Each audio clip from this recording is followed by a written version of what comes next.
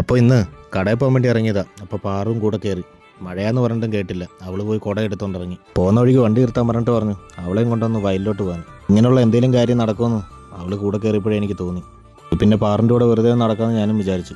സത്യത്തിൽ ഒരു ചൂണ്ടയും കൂടെ ഉണ്ടായിരുന്നെങ്കിൽ നല്ലതായിരുന്നു. മീനൊക്കെ കയറി കിടപ്പുണ്ട്. കാര്യം സാധിച്ചു കഴിഞ്ഞാൽ പിന്നെ പാറിന് എന്നെയൊന്നും വേണ്ട, ഒറ്റ നടത്തുക.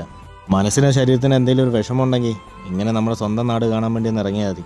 അത് തന്നെ വലിയൊരു ആശ്വാസമാവും. ഇന്ന് ഗൾഫിൽ പോയ കൂട്ടുകാർ വിളിക്കുമ്പോഴാണ് സ്വന്തം നാട് എത്ര നല്ലതാണെന്നുള്ളത് മനസ്സിലാവുന്നത്. ആറും ഈ വെയിലും മഴയൊന്നും ഒരു വിഷയമല്ല. ഇങ്ങനെ കറങ്ങി കിടക്കണം.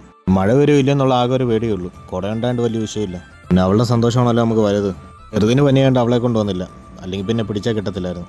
മഴ ചെറുതായിട്ട് പൊടിക്കാൻ തുടങ്ങി. അപ്പോഴും കുട നൂത്ത് വെച്ച്. അറിന് ഫോട്ടോ എടുപ്പ് ഭയങ്കര ഇഷ്ടമാണ്. അതുകൊണ്ട് പിന്നെ അവിടെ ഇരുത്തി കുറച്ച് ഫോട്ടോയും കാര്യങ്ങളൊക്കെ എടുത്ത്. മഴ വലിയ പേടിയില്ല, ഇടിയാ പേടി.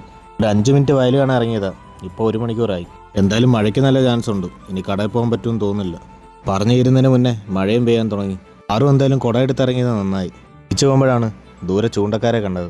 തിരിച്ച് റോഡിൽ വന്നപ്പോഴേക്കും നല്ല വെയിൽ. അപ്പോഴേക്കും ബാറിൻ്റെ സ്വഭാവം മാറി. തിരിച്ച് പിന്നെയും പോകണമെന്ന്. പിന്നെ എങ്ങനെയൊക്കെയോ പറഞ്ഞ് മനസ്സിലാക്കി വണ്ടിക്കകത്ത് കയറ്റി. നേരെ വീട്ടിലോട്ട്. അപ്പോൾ പോയിട്ട് വരാം.